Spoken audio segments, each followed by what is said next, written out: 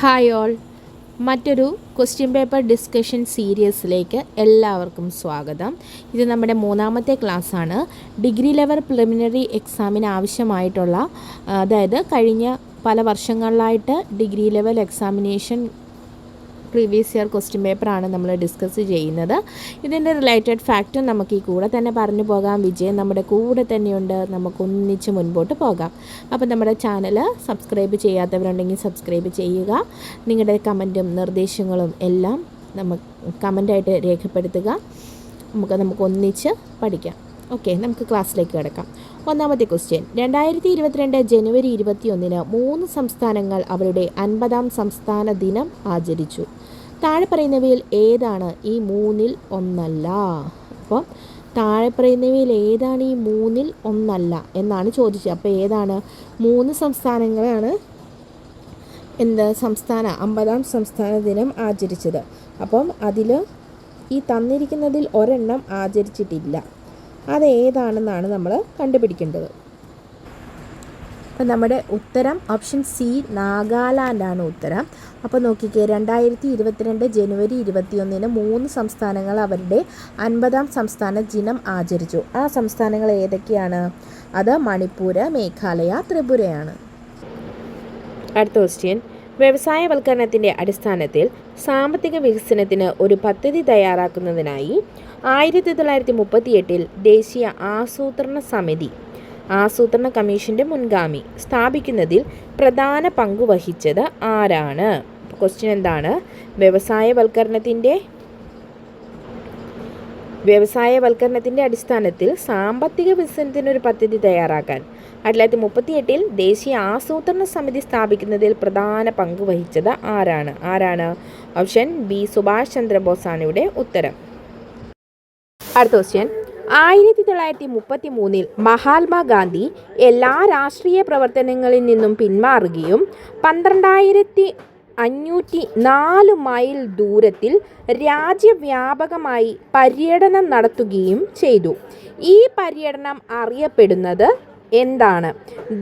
Option A, Jan Jagaran യാത്ര, option B, Dandi യാത്ര, option C, Samaj Samata യാത്ര, ആൻഡ് ഓപ്ഷൻ ഡി, ഹരിജൻ യാത്ര അല്ലെങ്കിൽ ഹരിജന പര്യടനം.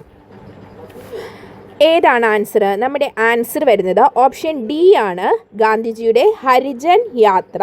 അപ്പോൾ 1933 മഹാത്മാഗാന്ധി എല്ലാ രാഷ്ട്രീയ പ്രവർത്തനത്തിൽ നിന്നും പിന്മാറി 12,504 മൈൽ ദൂരം രാജ്യവ്യാപകമായി ഇന്ത്യ മുഴുവനും ഒരു പര്യടനം നടത്തി. ഈ പര്യടനം അറിയപ്പെടുന്നത് ഹരിജൻ യാത്ര എന്നാണ്.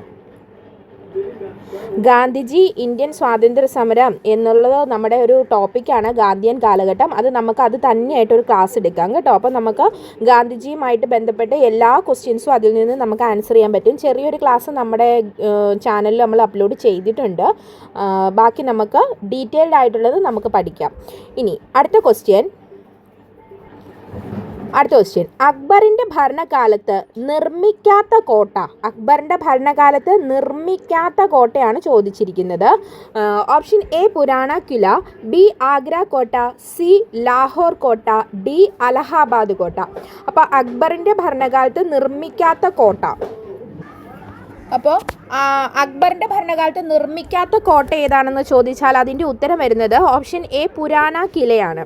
പുരാണ കില അക്ബറിൻ്റെ ഭരണകാലത്ത് നിർമ്മിക്കപ്പെട്ടതല്ല.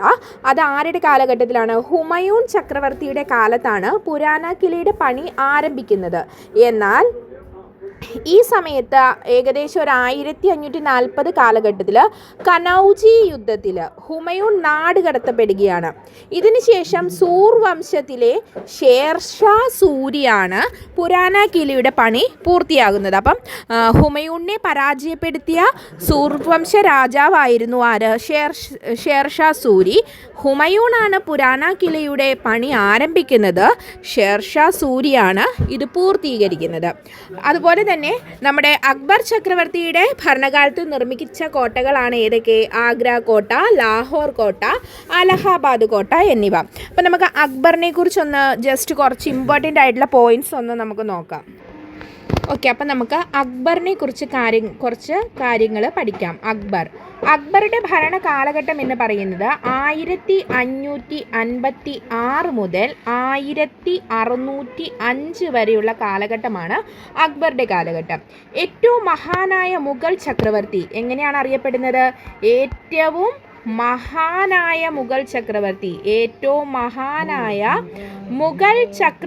എന്നാണ് ആരറിയപ്പെടുന്നത്? അക്ബർ അറിയപ്പെടുന്നത്. ഇനി അക്ബറിൻ്റെ പിതാവാണ് ഹുമയൂൺ. അതുപോലെ തന്നെ ഹുമയൂണിനെ തുടർന്ന് അധികാരത്തിൽ വന്ന ഭരണാധികാരിയായിരുന്നു അക്ബർ. അപ്പോൾ ഹുമയൂണിൻ്റെ കാര്യം നമ്മൾ പറഞ്ഞു അല്ലേ, പുരാണക്കിളിയുടെ നിർമ്മാണം ആരംഭിച്ചത് ഹുമയൂൺ ആണെന്നും ഷേർഷാ സൂരി അദ്ദേഹത്തെ പരാജയപ്പെടുത്തി നാടുകടത്തി. ഇതിലൂടെ അദ്ദേഹത്തെ നാടുകടത്തപ്പെടുകയും തുടർന്ന് ഹുമയൂണിന് ശേഷം വന്ന മുഗൾ ഭരണാധികാരി ആണെന്ന് ചോദിച്ചാൽ അത് അക്ബർ ആയിരുന്നു. അക്ബർ ഭരണത്തിൽ വന്നത് അദ്ദേഹത്തിൻ്റെ 33-ാം വയസ്സിലായിരുന്നു. അക്ബർ അപ്പോൾ മുഗൾ ഭരണാധികാരിയായി വന്നത് അദ്ദേഹത്തിൻ്റെ 13-ാം വയസ്സിലായിരുന്നു. ഇതുകൊണ്ട് തന്നെ ഏറ്റവും കുറഞ്ഞ പ്രായത്തിൽ മുഗൾ ചക്രവർത്തിയായത് അക്ബർ ആയിരുന്നു. അപ്പം നമ്മളോട് ചിലപ്പോൾ ചോദിക്കാം, ഏറ്റവും കുറഞ്ഞ പ്രായത്തിൽ അധികാരത്തിൽ വന്ന മുഗൾ ചക്രവർത്തി ആരാണെന്ന് ചോദിച്ചാൽ അത് ആരാണ്? അത് അക്ബറാണ്. അപ്പോൾ അടുത്തതായിട്ട് നമ്മൾ പറയുന്നത് മുഗൾ ഭരണ സംവിധാനത്തിൻ്റെ ശില്പി എന്നാണ് ആരറിയപ്പെടുന്നത്? അക്ബർ അറിയപ്പെടുന്നത്. അക്ബർ എന്താ അറിയപ്പെടുന്നത്? മുഗൾ ഭരണ സംവിധാനത്തിൻ്റെ ശില്പി. മുഗൾ ഭരണ സംവിധാനം ഷോർട്ടായിട്ട് എഴുതാവേ, സംവിധാനത്തിൻ്റെ ശില്പി. അപ്പം അക്ബറിൻ്റെ വിശേഷണങ്ങളാണ് മുഗൾ ഭരണ സംവിധാനത്തിൻ്റെ ശില്പി എന്നറിയപ്പെടുന്നത്. ഏറ്റവും പ്രായം കുറഞ്ഞ പ്രായത്തിൽ തന്നെ മുഗൾ ചക്രവർത്തിയായത് അക്ബറാണ്. ഹിന്ദുസ്ഥാനി സംഗീതത്തിൻ്റെ അഗസ്റ്റിയൻ കാലഘട്ടം എന്നറിയപ്പെടുന്നത് അക്ബറിൻ്റെ ഭരണകാലഘട്ടമാണ്. അതുപോലെ തന്നെ നിരക്ഷരനായ മുഗൾ ചക്രവർത്തി ആരാണ്? അക്ബറാണ് നിരക്ഷരനായ മുഗൾ ചക്രവർത്തി. ഹാൻഡ് റൈറ്റിംഗ് നോക്കണ്ട കേട്ടോ, ഫസ്റ്റ് അറ്റംപ്റ്റ് ആണിത്. അപ്പോൾ അതൊന്ന് ശരിയായി വരാനായിട്ട് ഇച്ചിരി സമയം എടുക്കുവേ. അപ്പോൾ അക്ബറിൻ്റെ വിശേഷണങ്ങൾ: നിരക്ഷരനായ മുഗൾ ഭരണാധികാരി, അതുപോലെ തന്നെ മുഗൾ ഭരണ സംവിധാനത്തിൻ്റെ ശില്പി, ഏറ്റവും കുറഞ്ഞ പ്രായത്തിൽ മുഗൾ ചക്രവർത്തിയായി. അദ്ദേഹത്തിൻ്റെ 13-ാം വയസ്സിലായിരുന്നു മുഗൾ ചക്രവർത്തി ആയത്. അതുപോലെ അക്ബറിൻ്റെ കാലഘട്ടത്തിൽ ഉണ്ടായിരുന്ന ഒരു മതനികുതി, അക്ബറിൻ്റെ ഭരണകാലഘട്ടത്തിൽ ഉണ്ടായിരുന്ന ഒരു മതനികുതിയായിരുന്നു എന്ത്? ജസിയ എന്ന് പറയുന്നത് ഒരു മതനികുതിയായിരുന്നു. ഈ മതനികുതി നിർത്തലാക്കിയത് അക്ബറാണ്. അക്ബർ ഈ ജസിയ നിരോധിച്ചത് 1564 അക്ബർ സ്ഥാപിച്ച മതം എപ്പോഴും PSC ചോദിക്കുന്നതാണ്. അക്ബറിനെ പറ്റിയുള്ള ഭാഗത്തു നിന്നും ഓർത്തിരുന്നോണം. ദിൻ ഇലാഹി. അക്ബർ സ്ഥാപിച്ച മതം ഏതാണ്? ദിൻ ഇലാഹിയാണ് അക്ബർ സ്ഥാപിച്ച മതം. 1582 ദിൻ ഇലാഹി അക്ബർ സ്ഥാപിക്കുന്നത്. അപ്പോൾ അക്ബർ സ്ഥാപിച്ച മതം ഏതാണ്? ദിൻ ഇലാഹിയാണ് അക്ബർ സ്ഥാപിച്ച മതം. ഇനി അക്ബർ പുറത്തിറക്കിയ ഒരു കലണ്ടറുണ്ട്, അതാണ് ഇലാഹി കലണ്ടർ. അക്ബർ പുറത്തിറക്കിയ കലണ്ടറാണ് ഇലാഹി കലണ്ടറിൻ്റെ വർഷം വരുന്നത് 1583 കേട്ടോ. 1583. ഇനി അക്ബറിനെ പറ്റി വിൻസെൻ്റ് എ സ്മിത്ത് പറഞ്ഞ ഒരു വാചകം നമുക്കൊന്ന് നോക്കാം. ദിൻ ഇലാഹി അക്ബറുടെ വിഡ്ഢിത്തത്തിൻ്റെ സ്മാരകമാണ്, ബുദ്ധിയുടേതല്ല. ദിൻ ഇലാഹി എന്ന് പറയുന്നത് അക്ബറിൻ്റെ വിഡ്ഢിത്തമാണ്, അത് ബുദ്ധിയുടേതല്ല എന്ന് അഭിപ്രായപ്പെട്ടത് ആരാണ്? അത് വിൻസെൻ്റ് ഇ സ്മിത്താണ്. വിൻസെൻ്റ് ഇ സ്മിത്ത് എന്താണ് പറഞ്ഞത്? ദിൻ ഇലാഹി എന്താ? അക്ബർ സ്ഥാപിച്ച മതം. അപ്പോൾ ആ മതം എന്ന് പറയുന്നത് അക്ബറിൻ്റെ ബുദ്ധി അല്ല, എന്താണ്? അത് അക്ബറിൻ്റെ വിഡ്ഢിത്തത്തിൻ്റെ സ്മാരകമാണെന്നാണ് ചരിത്രകാരനായ വിൻസെൻ്റ് എസ് സ്മിത്ത് പറഞ്ഞത്. പിന്നെ മറ്റൊരു ഇമ്പോർട്ടൻ്റ് ആയിട്ടുള്ളതാണ് അക്ബറുടെ ഭൂനികുതി സമ്പ്രദായം. അക്ബറിൻ്റെ ഭൂനികുതി സമ്പ്രദായം അറിയപ്പെട്ടിരുന്നത് സാപ്തി എന്നായിരുന്നു. എന്താണ്? സാപ്തി. അതിന് മറ്റൊരു പേരുണ്ട്, ദഹ്സല സമ്പ്രദായം. അപ്പോൾ അക്ബറിൻ്റെ ഭൂനികുതി സാപ്തി എന്നും അറിയപ്പെടുന്നു, ദഹ്സല എന്നും അറിയപ്പെടുന്നു. ഇനി അക്ബറുടെ സൈനിക സമ്പ്രദായമായിരുന്നു മൻസ്ബദാരി. എന്താണ്? അക്ബറിൻ്റെ സൈനിക സമ്പ്രദായം. അക്ബറുടെ സൈനിക സമ്പ്രദായം. അക്ബറുമായിട്ട് വരുന്ന പ്രീവിയസറിൽ കണ്ടിട്ടുള്ള കുറച്ച് ഇമ്പോർട്ടൻ്റ് ആയിട്ടുള്ള കാര്യങ്ങളാട്ടോ നമ്മൾ പറയുന്നത്. അക്ബറിൻ്റെ സമ്പ്രദായമായിരുന്നു എന്ത്? മൻസ്ബദാരി സമ്പ്രദായം. അക്ബറിൻ്റെ സൈനിക സമ്പ്രദായമാണ് മൻസ്ബദാരി സമ്പ്രദായം. അതുപോലെ തന്നെ സതീ സമ്പ്രദായവും ശൈശവ വിവാഹവും നിരോധിച്ച മുഗൾ ഭരണാധികാരിയായിരുന്നു അക്ബർ. സതീ സമ്പ്രദായവും ശൈശവ വിവാഹവും അദ്ദേഹം നിരോധിച്ചിരുന്നു. അക്ബർ പുറത്തിറക്കിയ ചതുരാകൃതിയിലുള്ള വെള്ളി നാണയമാണ് ജലാലി. അക്ബർ പുറത്തിറക്കിയ ചതുരാകൃതിയിലുള്ള വെള്ളി നാണയമാണ് എന്ത്? ജലാലി. ജലാലി എന്താണ്? അത് വെള്ളി നാണയമാണ്. അക്ബർ പുറത്തിറക്കിയ വെള്ളി നാണയമാണ് ജലാലി. ഏറ്റവും കൂടുതൽ കാലം ഭരിച്ച മുഗൾ ചക്രവർത്തിയാണ് അക്ബർ. ഏറ്റവും കൂടുതൽ കാലം, ചെറുപ്പത്തിൽ തന്നെയാണ്. അതുപോലെ തന്നെ എന്താണ്? ഏറ്റവും കൂടുതൽ കാലം ഭരിച്ച മുഗൾ ചക്രവർത്തിയാണ് ആര്? അക്ബർ എന്ന് പറയുന്നത്. ഈ മുഗൾ കാലഘട്ടത്തെ ഭരണവ്യവസ്ഥയെക്കുറിച്ച് അറിയാൻ സഹായിക്കുന്ന പ്രധാന സ്രോതസ്സാണ് അക്ബർനാമ. മുഗൾ കാലഘട്ടത്തിൻ്റെ ഭരണവ്യവസ്ഥയെക്കുറിച്ച് അറിയാൻ സഹായിക്കുന്ന പ്രധാന സ്രോതസ്സാണ് അക്ബർനാമ. ഈ അക്ബർനാമ രചിച്ചതാരാണ്? അബുൾ ഫസലാണ് അക്ബർനാമ രചിച്ചത്. അബുൾ ഫസൽ ഇമ്പോർട്ടൻ്റ് ആണ്, പ്രീവിയസ് ഇയർ ക്വസ്റ്റ്യൻ ആണ് കേട്ടോ.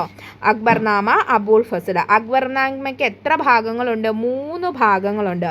അതിൽ ആദ്യ ഭാഗത്ത് അക്ബറുടെ മുൻഗാമികളെക്കുറിച്ച്, രണ്ടാം ഭാഗത്തിൽ അക്ബറുടെ ഭരണകാലത്തെക്കുറിച്ചും, മൂന്നാം ഭാഗത്തിൽ അക്ബറുടെ ഭരണ സംവിധാനത്തെക്കുറിച്ചുമാണ് പറയുന്നത്. ഇനി മറ്റൊരു അക്ബർനാമയുടെ 3-ാം ഭാഗം അറിയപ്പെടുന്നത് ഐൻ ഇ അക്ബാരി എന്നാണ്.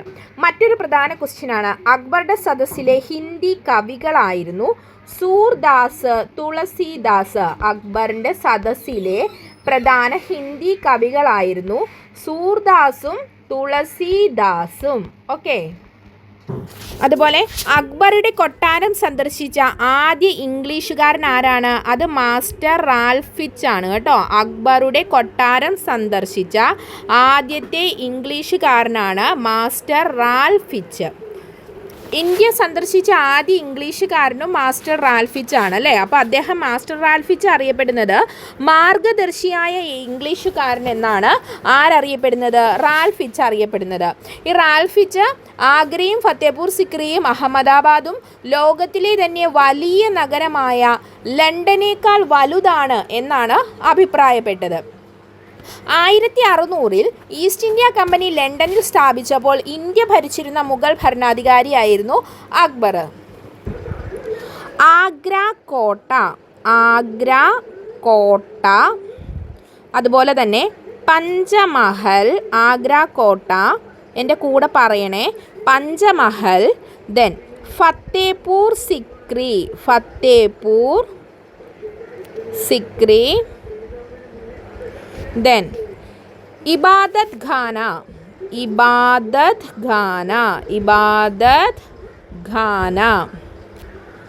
ബുലന്ദ് ദർവാസ,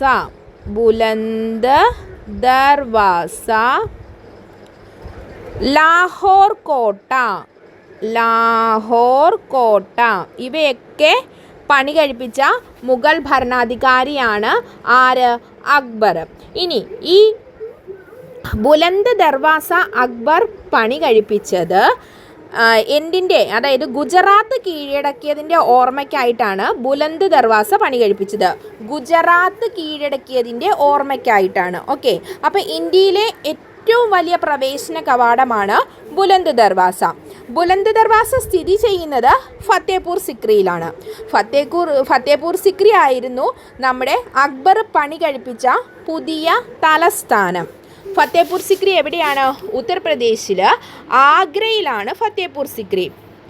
ചെങ്കല്ലിലെ ഇതിഹാസം എന്നാണ് ഫത്തേപൂർ സിക്രി അറിയപ്പെടുന്നത്. എങ്ങനെയാണ് ഫത്തേപൂർ സിക്രി അറിയപ്പെടുന്നത്? ചെങ്കല്ലിലെ ഇതിഹാസം എന്നാണ് അറിയപ്പെടുന്നത്. ഫത്തേപൂർ സിക്രി ആരുടെ സ്മരണയ്ക്കായാണ് നിർമ്മിച്ചതെന്ന് ചോദിച്ചാൽ അത് സലീം ചിസ്തി ആരായിരുന്നു? അക്ബറുടെ ആത്മീയ ആചാര്യനായിരുന്നു സലീം ചിസ്തി.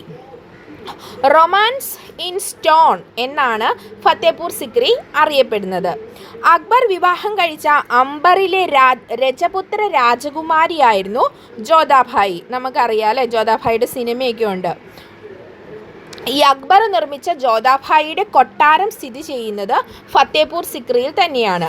അക്ബർ അന്തരിച്ചത് ഏത് വർഷമാണ്? 1605 അക്ബർ അന്തരിക്കുന്നത്. അക്ബറിൻ്റെ ശവകുടീരം സ്ഥിതി ചെയ്യുന്നത് ആഗ്രയ്ക്കടുത്തുള്ള സിക്കന്ദരയിലാണ്. അക്ബറിൻ്റെ ശവകുടീരം എവിടെയാണ്? ആഗ്രയ്ക്കടുത്തുള്ള സിക്കന്ദറിലും. അക്ബറിൻ്റെ ശവകുടീരത്തിൻ്റെ നിർമ്മാണം പൂർത്തീകരിച്ചത് ജഹാംഗീറാണ് അക്ബറിൻ്റെ ശവകുടീരത്തിൻ്റെ നിർമ്മാണം പൂർത്തീകരിച്ചത്. നിർമ്മാണം ആരംഭിച്ചത് ആരാ? അത് അക്ബർ തന്നെയാണ് കേട്ടോ ആരംഭിച്ചത്. കാശ്മീരിലെ അക്ബർ എന്ന് വിളിക്കുന്നത് സൈനുൽ ആബ്ദീനെയാണ് കാശ്മീരിലെ അക്ബർ എന്ന് വിളിക്കുന്നത്. നമ്മളൊന്ന് ജസ്റ്റ് പറഞ്ഞു എന്നേ ഉള്ളൂ കേട്ടോ അത്. അപ്പോൾ അക്ബറിനെ കുറിച്ച് നമ്മളെല്ലാം പഠിച്ചു കേട്ടോ. ഇനി നിങ്ങൾക്ക് ഒന്നും പേടിക്കേണ്ട, അക്ബറുമായിട്ട് റിലേറ്റഡ് ആയിട്ടുള്ള എല്ലാ പ്രീവിയസ് ഇയർ ക്വസ്റ്റ്യൻസും റിലേറ്റഡ് ഫാക്റ്റും നമ്മൾ പഠിച്ചിട്ടുണ്ട്. ഇനി നമുക്ക് അടുത്ത ക്വസ്റ്റ്യനിലേക്ക് പോകാം. അടുത്ത ക്വസ്റ്റ്യൻ, വയനാട്ടിലെ കാടുകളിൽ 1812 കൊളോണിയൽ ആദിവാസി വിരുദ്ധ കലാപത്തിന് നേതൃത്വം നൽകിയത്. വയനാട്ടിലെ കാടുകളിൽ 1812 കൊളോണിയൽ ആദിവാസി വിരുദ്ധ കലാപത്തിന് നേതൃത്വം നൽകിയത് ആരാണ്? എല്ലാ PSC പരീക്ഷയ്ക്കും ചോദിക്കുന്ന ക്വസ്റ്റ്യനാണ്. കുറിച്യർ കലാപവുമായി ബന്ധപ്പെട്ടിട്ട് അല്ലേ, നമുക്ക് കാണാതെ തന്നെ ഉത്തരം കണ്ടാൽ നമുക്കറിയാം. രാമനമ്പി അല്ലേ. അപ്പോൾ വയനാട്ടിൽ കുറിച്യർ കലാപം നടന്ന വർഷം 1812. ഈ കലാപത്തിന് നേതൃത്വം നൽകിയത് ആരാണ്? രാമനമ്പിയാണ് അല്ലേ. രാമനമ്പി ആയിരുന്നു കുറിച്യർ കലാപത്തിൻ്റെ നേതാവ്. ദക്ഷിണേന്ത്യയിലെ നടന്ന ഏക ഗിരിവർഗ കലാപം എന്നാണ് കുറിച്യർ കലാപം പറയുന്നത്. എന്തായിരുന്നു ഈ കുറിച്യർ കലാപത്തിൻ്റെ കാരണം? ബ്രിട്ടീഷുകാർ അധിക നികുതി ചുമത്തിയത്, നികുതി പണമായി അടയ്ക്കാൻ നിർബന്ധിച്ചത്, നികുതി അടയ്ക്കാൻ കഴിയാത്തവരുടെ കൃഷിഭൂമി ബ്രിട്ടീഷുകാർ പിടിച്ചെടുത്തത്. അപ്പം ഏറ്റവും പ്രധാനപ്പെട്ട കാരണമായിരുന്നു നികുതി ചുമത്തി. പിന്നെ ആ നികുതി എന്താണ്? പണമായിട്ട് അടയ്ക്കാൻ നിർബന്ധിച്ചു. നികുതി പണമായി അടയ്ക്കാൻ കഴിയാത്തവരുടെ കൃഷിഭൂമി ബ്രിട്ടീഷുകാർ പിടിച്ചെടുത്തു. ഇനി ഇതുമായിട്ട് റിലേറ്റഡ് ആയിട്ടുള്ള ഒരു ഫേമസ് കോട്ടുണ്ട് TH ബാബർ പറഞ്ഞത്. TH ബാബർ പറഞ്ഞ ഒരു കാര്യമാണ്. എന്താണ്? അറിയാവുന്നവരൊന്ന് കമൻറ്റ് ചെയ്തേ. ഒരു മാസം കൂടി പിടിച്ചു നിൽക്കാൻ കലാപകാരികൾക്ക് കഴിയുമായിരുന്നെങ്കിൽ രാജ്യം അവരുടെ നിയന്ത്രണത്തിലായേനെ എന്നാണ് TH ബാബർ അഭിപ്രായപ്പെട്ടത്. കുറിച്യർ കലാപത്തിൻ്റെ മുദ്രാവാക്യം എന്തായിരുന്നു? എന്താ കുറിച്യർ കലാപത്തിൻ്റെ മുദ്രാവാക്യം?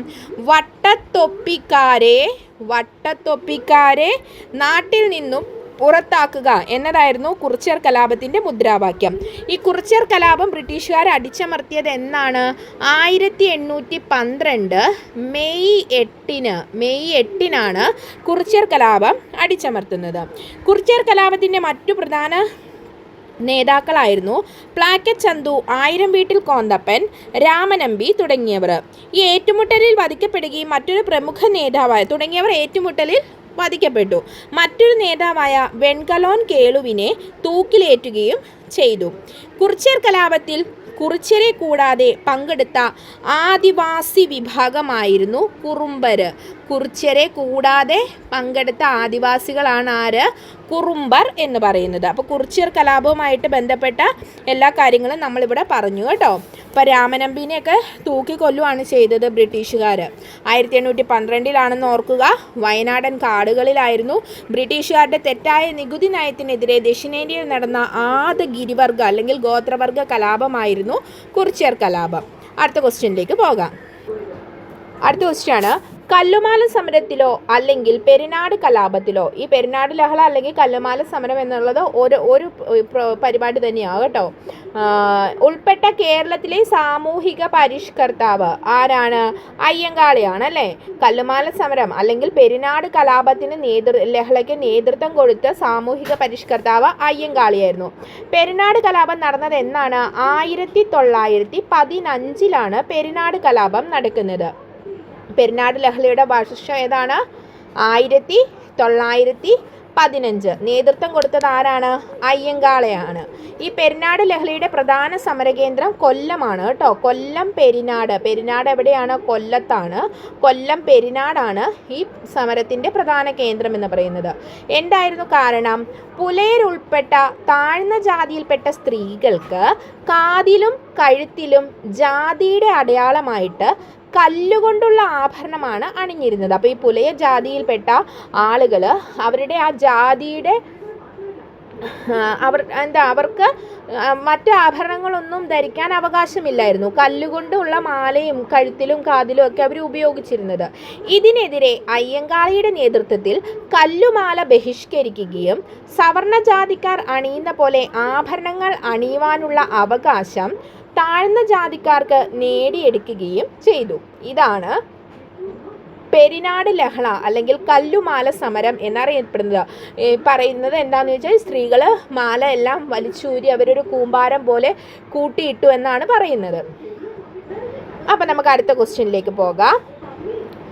കേരളം സമ്പൂർണ്ണ സാക്ഷരതയുള്ള സംസ്ഥാനമായി പ്രഖ്യാപിച്ച വർഷം. കേരളം സമ്പൂർണ്ണ സാക്ഷരതയുള്ള സംസ്ഥാനമായി പ്രഖ്യാപിച്ച വർഷം 1991 കേട്ടോ. അടുത്ത ക്വസ്റ്റ്യൻ, രണ്ടാം ലോക മഹായുദ്ധത്തിൽ യുദ്ധ കുറ്റവാളികൾ എവിടെയാണ് വിചാരണ ചെയ്യപ്പെട്ടത്?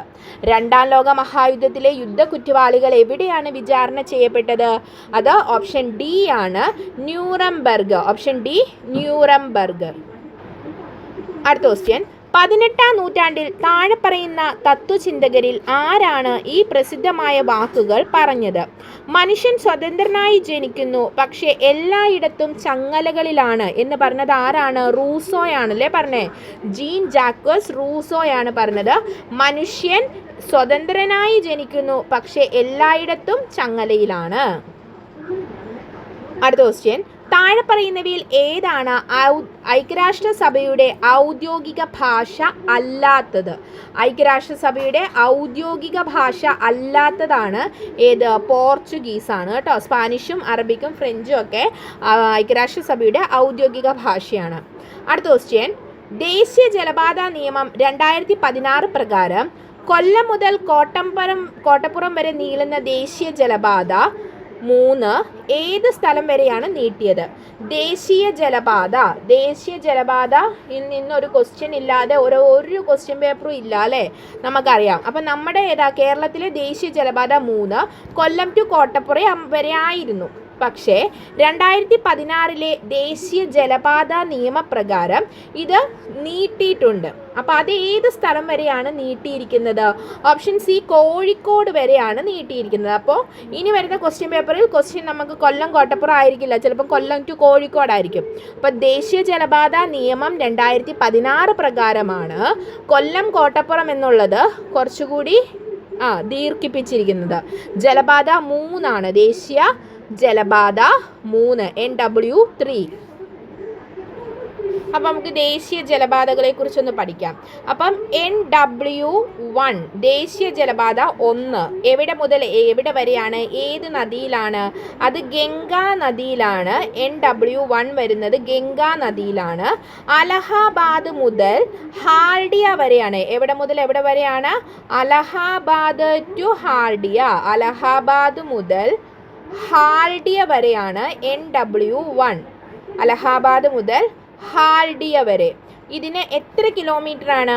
1620 കിലോമീറ്ററാണ്. അപ്പം ഏറ്റവും വലിയ NW1 ആണ് ഏറ്റവും വലുത്. അപ്പോൾ NW1 നാഷണൽ വാട്ടർ വേ ദേശീയ ജലപാത 1 എവിടെയാണ്? ഗംഗാ നദിയിലാണ്. ഒന്നാമത്തേത് എയിൽ തുടങ്ങും, ഓർത്തോണം. അലഹാബാദ് മുതൽ ഹാൽഡിയ വരെ എത്ര കിലോമീറ്ററാണ്? 1600 കിലോമീറ്ററാണ്. ഇനി അടുത്തതാണ് NW2 നാഷണൽ വാട്ടർ വേ 2 ദേശീയ ജലപാത 2. ഇത് ഏത് നദിയിലാണ്? ബ്രഹ്മപുത്ര നദിയിലാണ്. ദേശീയ ജലപാത 2 ബ്രഹ്മപുത്ര നദിയിലാണ്. ബ്രഹ്മപുത്ര നദിയിൽ ഇത് സാദിയ മുതൽ ദുബ്ര വരെയാണ്. സാദിയ മുതൽ ദുബ്ര ദുബ്രിന്നും ദുബ്രാന്നും ഒക്കെ പറയൂ കേട്ടോ, ദുബ്രി വരെ. ഇത് 891 കിലോമീറ്റർ ദൂരമാണ്. അപ്പം ദേശീയ ജലപാത 2 ബ്രഹ്മപുത്ര നദിയിൽ സാദിയ മുതൽ ദുബ്രി വരെ എത്ര കിലോമീറ്റർ? 891 കിലോമീറ്റർ. അടുത്തത് നാഷണൽ വാട്ടർവേ 3, നമ്മളിപ്പോൾ പറഞ്ഞു അല്ലേ, ദേശീയ ജലപാത 3, അത് കൊല്ലം ടു കോട്ടപ്പുറം ആയിരുന്നു. കോട്ടപ്പുറം വരെയുള്ള കണക്കാണ് ഇപ്പം നമുക്ക് അവൈലബിൾ ആയിട്ടുള്ളത്. അതിൻ്റെ കോഴിക്കോട് എന്നുള്ളതിൻ്റെ ഇതൊന്നും ഒരിടത്ത് നമ്മൾ ഇതുവരെ കണ്ടിട്ടില്ല. അപ്പം നമുക്കോട് ക്വസ്റ്റ്യൻ എപ്പോഴും കൊല്ലം കോട്ടപ്പുറം ആയിരിക്കും ചോദിക്കുന്നത്, മാറി വരാൻ സാധ്യതയുണ്ട് കേട്ടോ. അപ്പോൾ കൊല്ലം കോട്ടപ്പുറം വരെയാണ്. പശ്ചിമതീര കനാലാണ് കൊല്ലം കോട്ടപ്പുറം എന്ന് തന്നെ നമുക്ക് ഒന്ന് പറഞ്ഞു പോകാം. കൊല്ലം കോട്ടപ്പുറം എവിടെയാണ്? പശ്ചിമതീര കനാൽ വഴി. പശ്ചിമതീര കനാൽ ദൂരം 205 കിലോമീറ്റർ ദൂരമാണ് കേട്ടോ, 205 കിലോമീറ്റർ ദൂരം. ഓക്കെ, അടുത്തതാണ് നാഷണൽ വാട്ടർ വേ 4, ദേശീയ ജലപാത 4. അത് ഗോദാവരി കൃഷ്ണ നദികളുമായിട്ടാണ് ചേർന്ന് കിടക്കുന്നത്. ഗോദാവരി നദിയും കൃഷ്ണ നദിയും ചേർന്നിട്ടുള്ളതാണ് കേട്ടോ. ഗോദാവരി കൃഷ്ണ നദികൾക്കിടയിലൂടെയാണ്. ഇനി ഇത് കാക്കിനഡ മുതൽ പുതുച്ചേരി വരെയുള്ള ഒരു കനാലാണ്. കാക്കിനഡ ടു പുതുച്ചേരി, കാക്കിനാട ടു പുതുച്ചേരിയാണ് നാഷണൽ വാട്ടർ വേ 4. ഇതിൻ്റെ ദൂരം എന്ന് പറയുന്നത് 1905 കിലോമീറ്റർ ആണ്. അപ്പോൾ ഏറ്റവും വലുത് ഏതാ? NW1ഉം രണ്ടാമത് വരുന്നത് NW4ഉമാണ്. അടുത്തതാണ് നാഷണൽ വാട്ടർ വേ 5. 5 ദേശീയ ജലപാതകളാണ് നമുക്ക് നിലവിൽ. നാഷണൽ വാട്ടർ വേ 5 അത് പൂർവതീര കനാലുമായി ബന്ധിപ്പിച്ചിട്ടുള്ളതാണ്. ബ്രാഹ്മണി മഹാനദി ഡെൽറ്റ നദീ വ്യവസ്ഥയിലാണ്. ബ്രാഹ്മണി മഹാനദി ഡെൽറ്റ വ്യവസ്ഥയിലാണ്. ദൂരം 623 കിലോമീറ്റർ ആണ്. കൂടുതലായും ചോദിച്ച് കണ്ടിരിക്കുന്നത് നാഷണൽ വാട്ടർ വേ 1, 2, 3 എന്നിവയാണ് കേട്ടോ. 1ഉം 3ഉം വളരെ ഇമ്പോർട്ടൻ്റ് ആണ്. അപ്പോൾ നമുക്ക് അടുത്ത ക്വസ്റ്റ്യനിലേക്ക് പോകാം. അടുത്ത ക്വസ്റ്റ്യൻ, താഴെ പറയുന്നവയിൽ ഏതാണ് ഇന്ത്യയിൽ ഭൂതാപനിലയല്ല, അതായത് ഭൂതാപനിലയം അല്ലാത്തത് ഏതാണെന്നാണ് നമ്മളോട് ചോദിച്ചിരിക്കുന്നത്. ഇവിടെ നമ്മുടെ ഉത്തരം ഓപ്ഷൻ ബി ആണ്. 1, 3 ആണ് നമ്മുടെ ഉത്തരം. അപ്പോൾ താപനിലയങ്ങൾ ഏതൊക്കെയാണ്? നറോറ താപനിലയമാണ്, സിംഗ്രൗളി താപനിലയമാണ്. അപ്പോൾ നമുക്ക് താപനിലയങ്ങളൊന്ന് നോക്കാം. കർണാടകയിലാണെങ്കിലോ കൈഗ താപനില ആറ്റോമിക് പവർ പ്ലാന്റ് ആണ്. കൈഗ കർണാടക താപനിലയമാണ്. കൈഗ കർണാടക. തമിഴ്നാട്ടിലാണെങ്കിൽ കൽപ്പക്കം കൂടംകുളം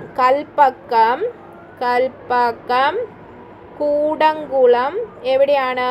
തമിഴ്നാട്ടിലാണ്. കൽപ്പക്കം കൂടംകുളം തമിഴ്നാട്.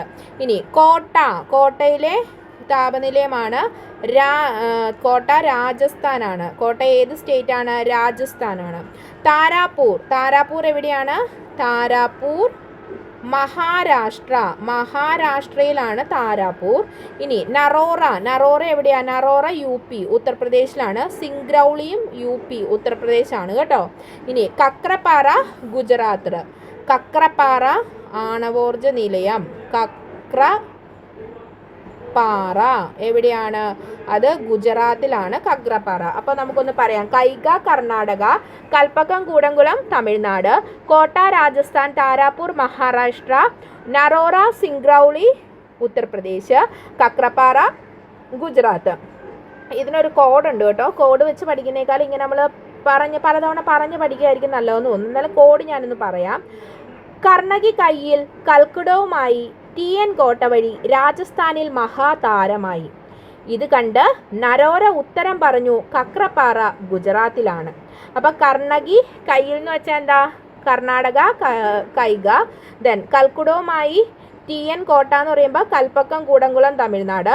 കോട്ട വഴി രാജസ്ഥാൻ, കോട്ട രാജസ്ഥാൻ. മഹാതാരമായി താരാപൂർ മഹാരാഷ്ട്ര. കണ്ട് നരോര ഉത്തരം പറഞ്ഞു. നരോരയും അതുപോലെ തന്നെ സിംഗ്രൗളിയുമാണ് ഉത്തർപ്രദേശിൽ. കക്രപ്പാറ ഗുജറാത്ത്. അപ്പോൾ ഇത് പഠിക്കുക. കോഡ് വെച്ച് പഠിക്കുന്നതാണെങ്കിൽ അങ്ങനെ പഠിക്കുക. ഇല്ലെങ്കിൽ നിങ്ങൾക്ക് വീണ്ടും പറഞ്ഞ് പഠിക്കുന്നതായിരിക്കും കുറച്ചും കൂടി എഫക്റ്റ് എന്ന് എനിക്ക് തോന്നുന്നു കേട്ടോ. അപ്പോൾ നമുക്ക് അടുത്ത ക്വസ്റ്റ്യനിലേക്ക് പോകാം. താഴെ പറയുന്ന ജോഡികളിൽ ഏതാണ് തെറ്റായി പൊരുത്തപ്പെട്ടത്? തെറ്റായിട്ടുള്ളതാണ് കണ്ടുപിടിക്കേണ്ടത്. തെറ്റായിട്ട് തന്നിരിക്കുന്നത് മാച്ച് ദ ഫോളോയിങ് ആണ് തന്നിരിക്കുന്നത്. ഇതിൽ തെറ്റായിട്ടുള്ളത് ഏതാ? നമുക്കൊന്ന് വായിക്കാം. ഫസ്റ്റ് പേരൻറ് റോക്കും രൂപാന്തരപ്പെട്ട പാറയുമാണ് തന്നിരിക്കുന്നത്. അപ്പോൾ ഗ്രാനൈറ്റിന് നേരെ തന്നിരിക്കുന്നത് ഗ്നീസ് എന്നാണ്. തെറ്റായതാണ് കണ്ടുപിടിക്കേണ്ടത്. ഗ്രാനൈറ്റിന് നേരെ തന്നിരിക്കുന്നത് ഗ്നീസ്, അത് ശരിയാണ്.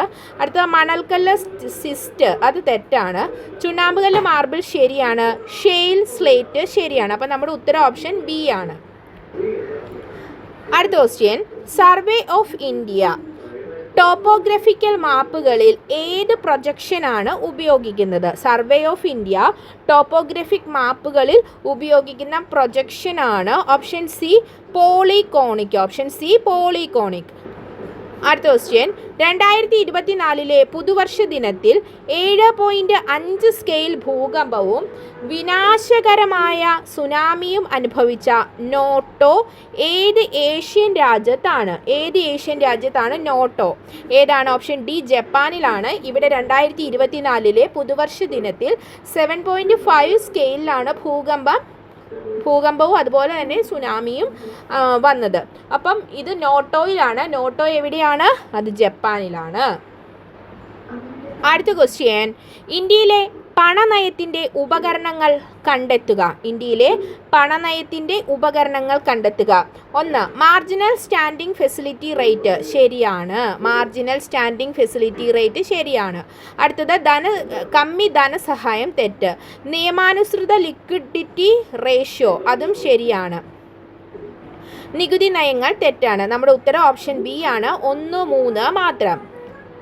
ഇന്ത്യയിലെ പണനയത്തിൻ്റെ ഉപകരണങ്ങൾ ഏതൊക്കെയാ? മാർജിനൽ സ്റ്റാൻഡിംഗ് ഫെസിലിറ്റി റേറ്റ്, നിയമാനുസൃത ലിക്വിഡിറ്റി റേഷ്യോ എന്നിവ. അടുത്ത ക്വസ്റ്റ്യൻ, ഒരു സങ്കോചപരമായ ധനനയത്തിൽ സർക്കാർ എന്താണ് ചെയ്യുന്നത്? ഒരു സങ്കോചപരമായ ധനനയത്തിൽ സർക്കാർ എന്താണ് ചെയ്യുന്നത്? ഓപ്ഷൻ എ ഉയർന്ന സർക്കാർ ചെലവും കുറഞ്ഞ നികുതികളും. തെറ്റാണല്ലേ? അടുത്തത് ഉയർന്ന സർക്കാർ ചെലവും ഉയർന്ന നികുതികളും. തെറ്റാണ്. കുറഞ്ഞ സർക്കാർ ചെലവും ഉയർന്ന നികുതികളും. അതായത് നമ്മുടെ മേലാണ് എന്ത് ചെയ്യുന്നത്? നികുതി ചുമത്തുന്നത്. അപ്പോൾ സർക്കാർ ചെലവ് കുറയ്ക്കും, നികുതി കൂട്ടും. വരുമാനമെങ്കിലല്ലേ ഉണ്ടാവുകയുള്ളൂ. അപ്പം നമ്മുടെ ഓപ്ഷൻ സി ശരിയാണ്. അടുത്ത ഓപ്ഷനും കൂടി വായിക്കാം.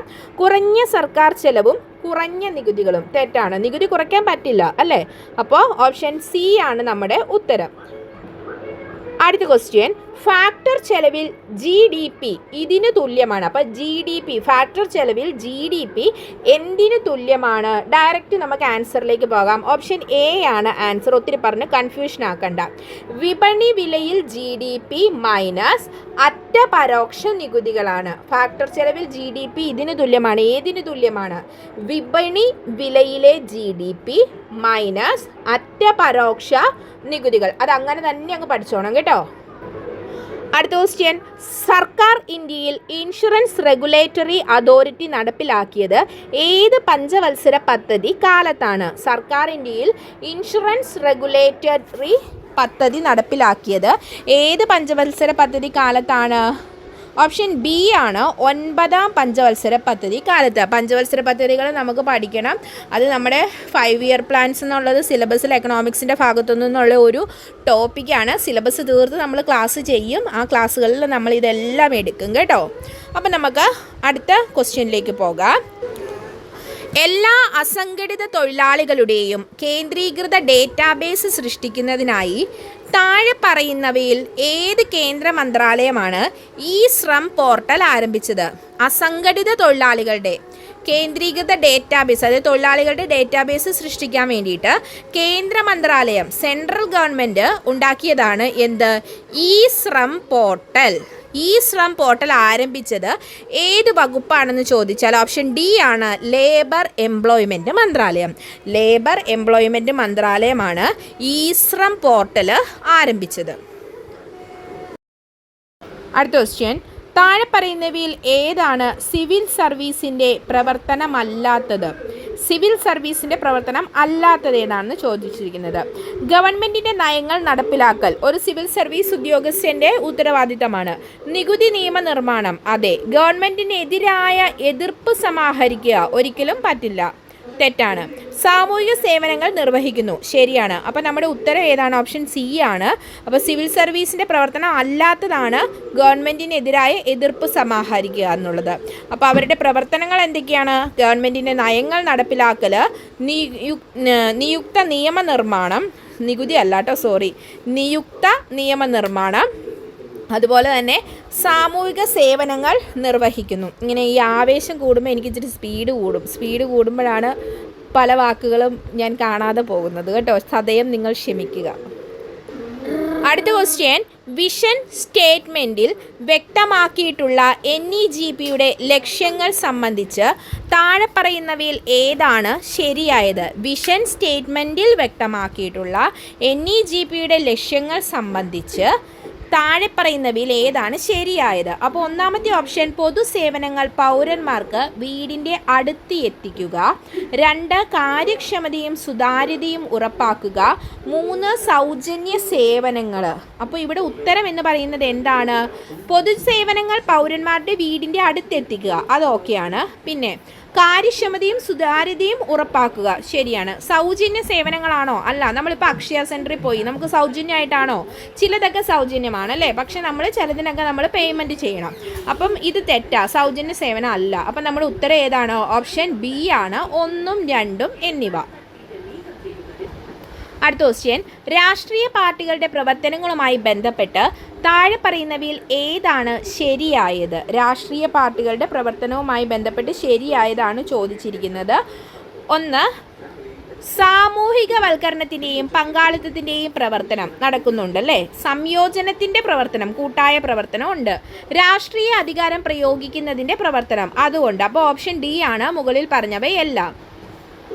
അടുത്ത ക്വസ്റ്റ്യൻ, COVID-19 പാൻഡമിക് സമയത്ത് സാമൂഹിക സുരക്ഷാ ആനുകൂല്യങ്ങൾക്കൊപ്പം പുതിയ തൊഴിൽ സൃഷ്ടിക്കുന്നതിനും തൊഴിൽ നഷ്ടം പുനഃസ്ഥാപിക്കുന്നതിനും പ്രോത്സാഹനം നൽകുന്നതിനുമായി കേന്ദ്ര സർക്കാർ അവതരിപ്പിച്ച പദ്ധതിയുടെ പേരെന്ത്?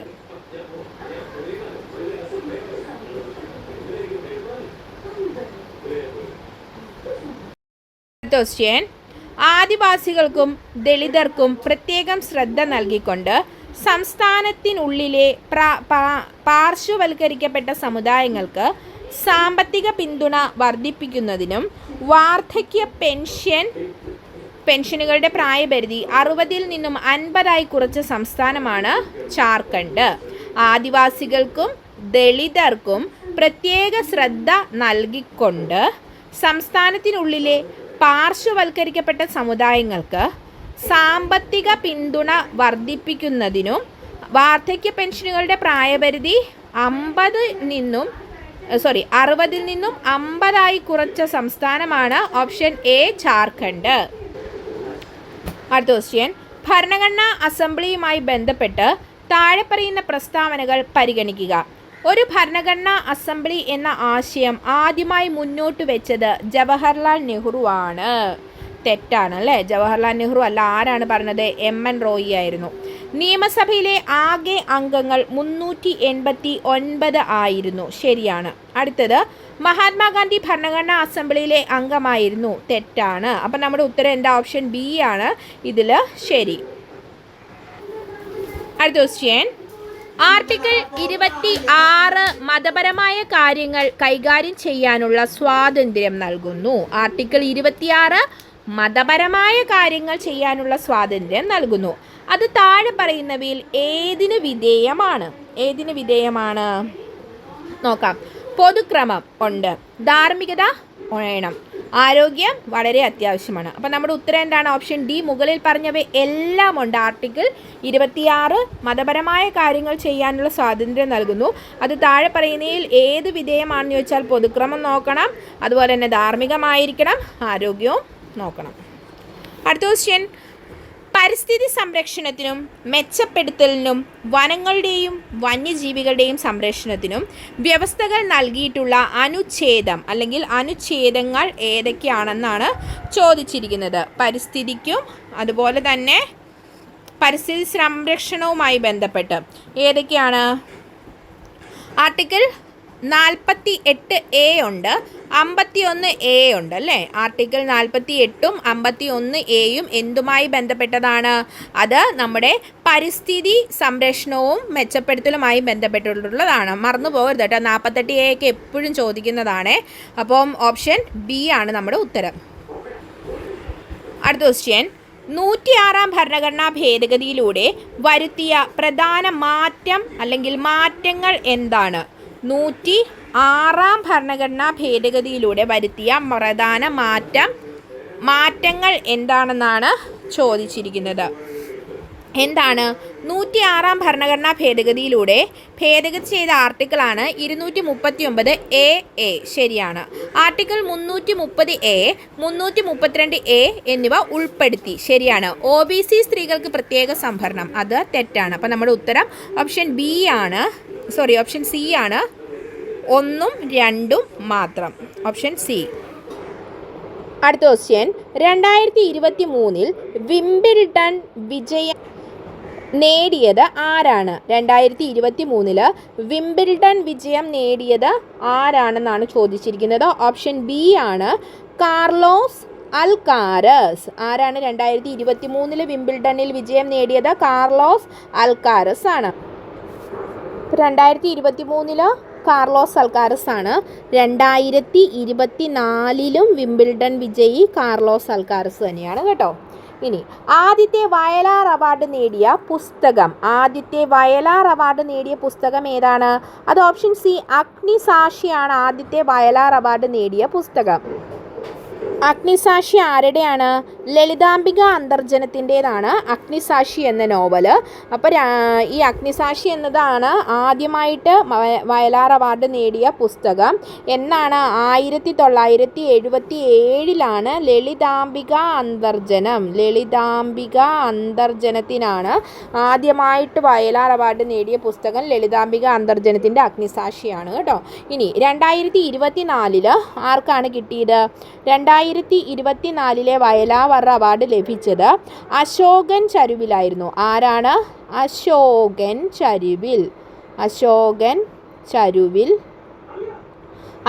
ചരുവിലിൻ്റെ ഏത് പുസ്തകത്തിനാണെന്ന് ചോദിച്ചാൽ കാട്ടൂർ കടവ് എന്തായിരുന്നു? ഒരു നോവലായിരുന്നു കേട്ടോ. അപ്പം ആദ്യമായി കിട്ടിയത് ലളിതാംബിക അന്തർജനത്തിൻ്റെ അഗ്നിസാക്ഷി 1977. അതുപോലെ തന്നെ 2004 റീസെൻ്റ് ആയിട്ട് കിട്ടിയത് ആർക്കാണ്? അശോകൻ ചരുവിലിൻ്റെ കാട്ടൂർ കടവ് എന്ന നോവലിനാണ് കേട്ടോ. അടുത്ത ക്വസ്റ്റ്യൻ, ഓസ്കാർ നേടിയ ആദ്യ മലയാളി ആരാണ്? കണ്ണടച്ച് ഉത്തരം എഴുതാം. റസൂൽ പൂക്കുട്ടിയാണ് ഓസ്കാർ നേടിയ ആദ്യ മലയാളി. അടുത്ത ക്വസ്റ്റ്യൻ, ഏകദിന അന്താരാഷ്ട്ര ക്രിക്കറ്റിൽ സച്ചിൻ ടെണ്ടുൽക്കർ എത്ര റൺസ് നേടി? ഏകദിന അന്താരാഷ്ട്ര ക്രിക്കറ്റിൽ സച്ചിൻ ടെണ്ടുൽക്കർ എത്ര റൺസ് നേടി? ഓപ്ഷൻ ഡി ആണ്, 18,426 റൺസാണ്. ഏകദിന അന്താരാഷ്ട്ര ക്രിക്കറ്റിൽ സച്ചിൻ ടെണ്ടുൽക്കർ എത്ര റൺസാണ് നേടിയിരിക്കുന്നത്? 18,426. 35ാമത്തെ ക്വസ്റ്റ്യൻ, കാട്ടുകുതിര എന്ന സിനിമയുടെ തിരക്കഥാകൃത്ത് ആരാണ്? കാട്ടുകുതിര എന്ന സിനിമയുടെ തിരക്കഥാകൃത്താണ് എസ്.എൽ. പുരം സദാനന്ദൻ. അടുത്ത ക്വസ്റ്റ്യൻ, ജി ശങ്കരക്കുറുപ്പിൻ്റെ ഓടക്കുഴലിന് ആമുഖം എഴുതിയത് ആരാണ്? ജി ശങ്കരക്കുറുപ്പിൻ്റെ ഓടക്കുഴലിന് ആമുഖം എഴുതിയത് ആരാണ്? ഓപ്ഷൻ എ ആണ് നമ്മുടെ ഉത്തരം. എസ് ഗുപ്തൻ നായരായിരുന്നു. ജി ശങ്കരക്കുറുപ്പിൻ്റെ ഓടക്കുഴലിന് ആമുഖം എഴുതിയത് ആരാണ്? എസ് ഗുപ്തൻ നായർ. അടുത്ത ക്വസ്റ്റ്യൻ, കുമാരനാശാൻ അന്തരിച്ച വർഷമാണ് 1924. കുമാരനാശാൻ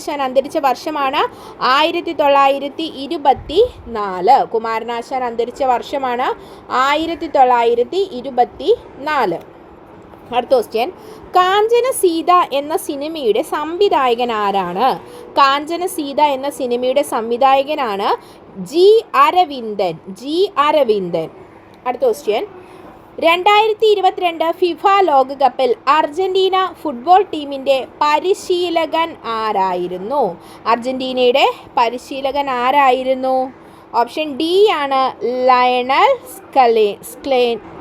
ആരായിരുന്നു? ഓപ്ഷൻ ഡി ആണ് ലയണൽ സ്കലോനി. ടി വിയിലൊക്കെ ഒത്തിരി നമ്മൾ റീൽസും ഒക്കെ കണ്ടതാണ് അല്ലേ, അർജൻറ്റീനയുടെ പരിശീലനയെ കുറിച്ചൊക്കെ.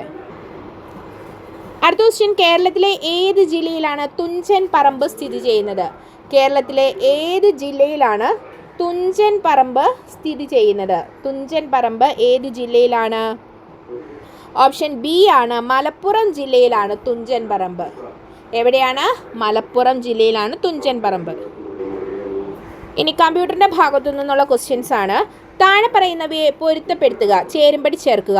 1 ഹബ്ബ്, റൂട്ടർ, റിപ്പീറ്റർ, ഗേറ്റ്വേ ആണ് തന്നിരിക്കുന്നത്.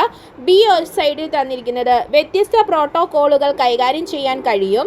നെറ്റ്വർക്കിൽ കൈമാറ്റം ചെയ്യുന്ന സിഗ്നലിനെ വർദ്ധിപ്പിക്കുന്നു. 2 വ്യത്യസ്ത നെറ്റ്വർക്കുകളെ ബന്ധിപ്പിക്കുന്നു. നിരവധി കമ്പ്യൂട്ടറുകളെ ഒരുമിച്ച് ബന്ധിപ്പിക്കുക. ഇതൊക്കെ നല്ല പോലെ ഒന്ന് പഠിക്കണം കേട്ടോ. കാരണം എന്താണെന്ന് വെച്ചാൽ ഇതൊക്കെയാണ് ക്വസ്റ്റ്യനായിട്ട് വീണ്ടും പല രീതിയിൽ ചോദിക്കുന്നത്. ഈ 4 ഓപ്ഷൻ പഠിച്ചാൽ തന്നെ നമുക്ക് 4 മാർക്കിനുള്ളതായി. അപ്പോൾ ഒന്നാമത്തെ നമുക്ക് നോക്കാം. ഹബ്ബ് എന്തുമായിട്ട് ബന്ധപ്പെട്ടിരിക്കുന്നു? നിരവധി കമ്പ്യൂട്ടറുകളെ ഒരുമിച്ച് ബന്ധിപ്പിക്കുകയാണ് ചെയ്യുന്നത്. ഹബ്ബ് നിരവധി കമ്പ്യൂട്ടറുകളെ ഒരുമിച്ച് ബന്ധിപ്പിക്കുന്നു. ഇനി റൂട്ടർ എന്താ ചെയ്യുന്നത്? 2 വ്യത്യസ്ത നെറ്റ്വർക്കുകളെ ബന്ധിപ്പിക്കുകയാണ് ചെയ്യുന്നത്. റൂട്ടർ എന്താ ചെയ്യുന്നത്? 2 വ്യത്യസ്ത നെറ്റ്വർക്കുകളെ ബന്ധിപ്പിക്കുന്നു. റിപ്പീറ്റർ എന്ത് ചെയ്യുന്നു? റിപ്പീറ്റർ നെറ്റ്വർക്കിൽ കൈമാറ്റം ചെയ്യുന്ന സിഗ്നലിനെ വർദ്ധിപ്പിക്കുന്നു. ബി ആണ് കേട്ടോ. റിപ്പീറ്റർ എന്താ ചെയ്യുന്നത്? നെറ്റ്വർക്കിൽ കൈമാറ്റം ചെയ്യുന്ന സിഗ്നലിനെ വർദ്ധിപ്പിക്കുന്നു. അടുത്തതാണ് ഗേറ്റ്വേ. ഗേറ്റ്വേ എന്ത് ചെയ്യുന്നു? വ്യത്യസ്ത പ്രോട്ടോക്കോളുകൾ കൈകാര്യം ചെയ്യാൻ കഴിയുന്നു. അപ്പോൾ നമ്മുടെ ഉത്തരം ഏതാ? ഓപ്ഷൻ ഡി ആണ്. 1D, 2C, 3B, 4A. Okay.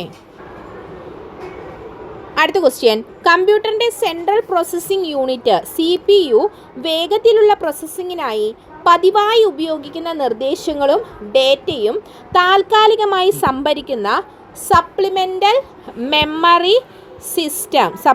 Memory system ഏതാണ്? അതാണ് കാഷെ മെമ്മറി. കാക്കെ എന്നൊക്കെ നമ്മൾ പറയും അല്ലേ, കാഷെ മെമ്മറി.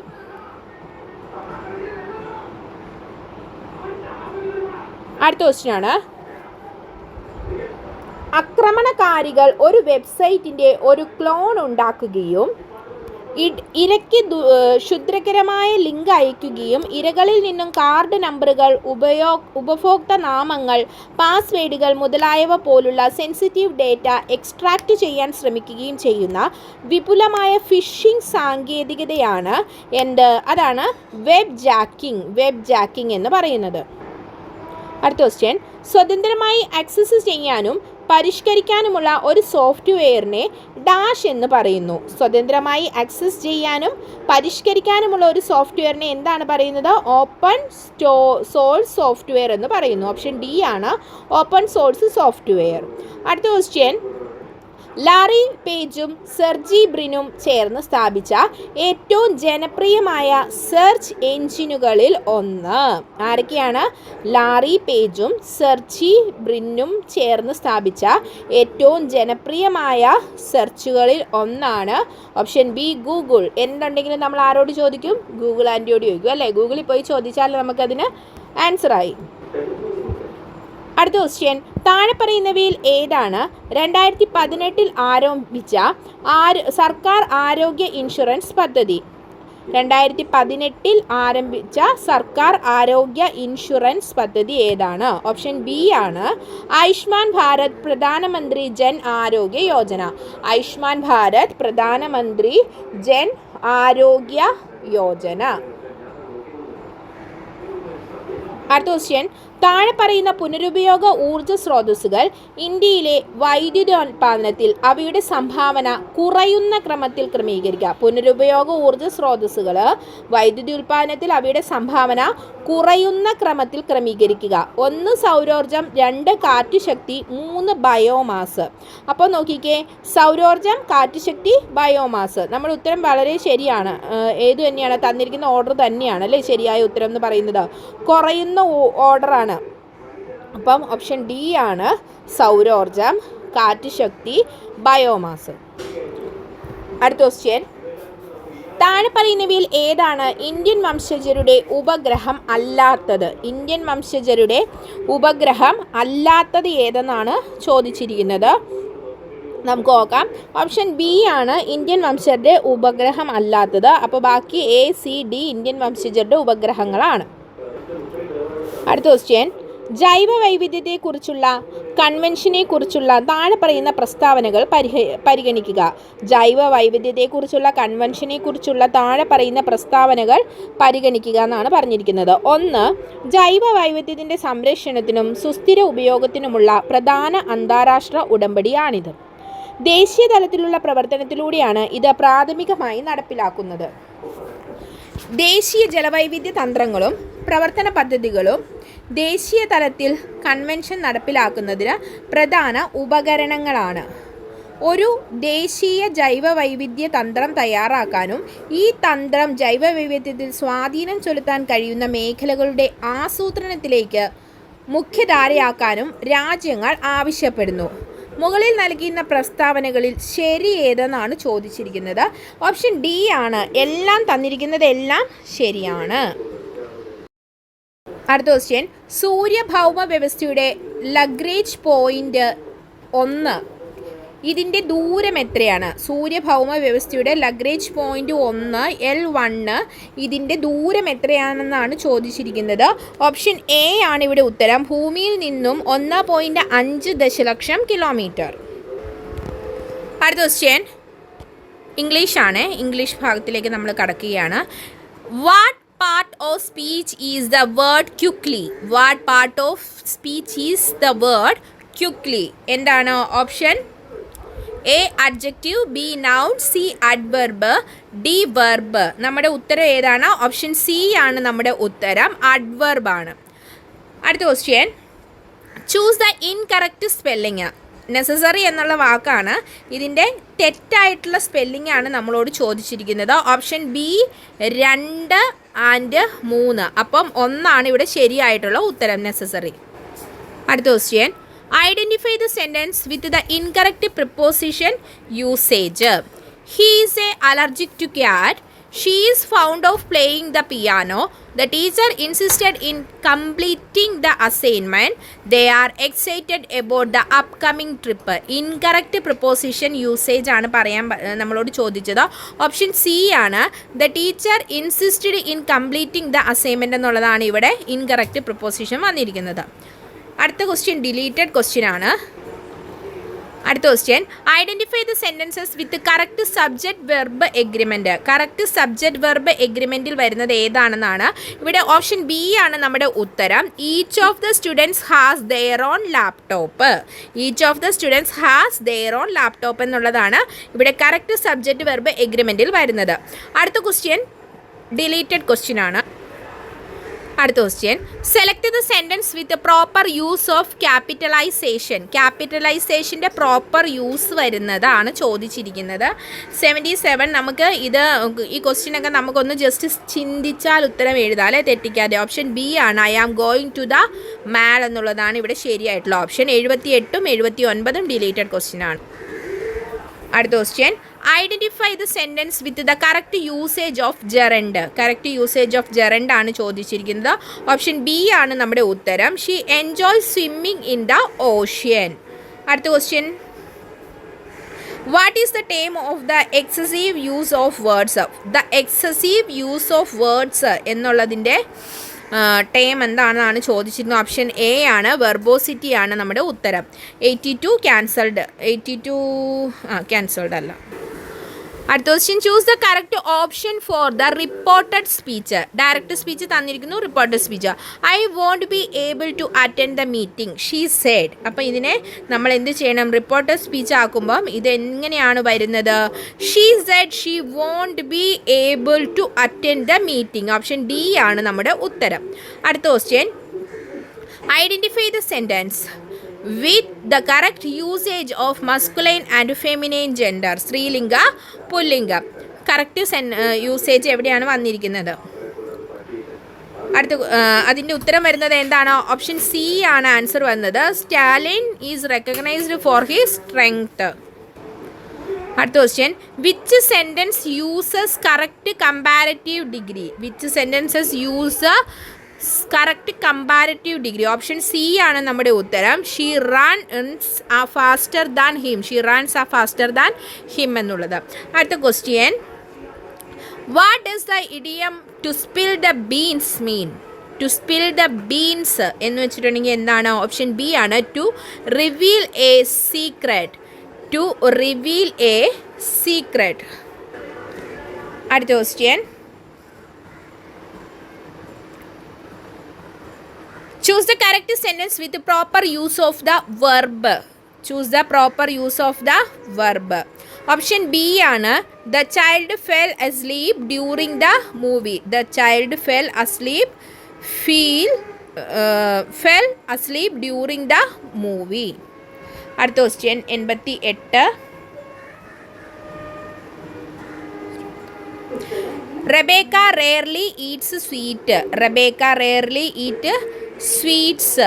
ഇവിടെ ക്വസ്റ്റ്യൻ ടാഗ് ആണ്, ഡസ് ഷീ ആണ് കേട്ടോ ഉത്തരം, ഡസ് ഷീ. അടുത്ത question, what term describe the deliberate and systematic extermination of a national, racial and political or cultural group? 89 ഉത്തരം എന്താ വരുന്നത്? ഓപ്ഷൻ ബി ആണ്, ജനോസൈഡ്. ജനോസൈഡ്. ഓക്കെ. അടുത്തത്, choose a multiple synonym from the following option for the word given.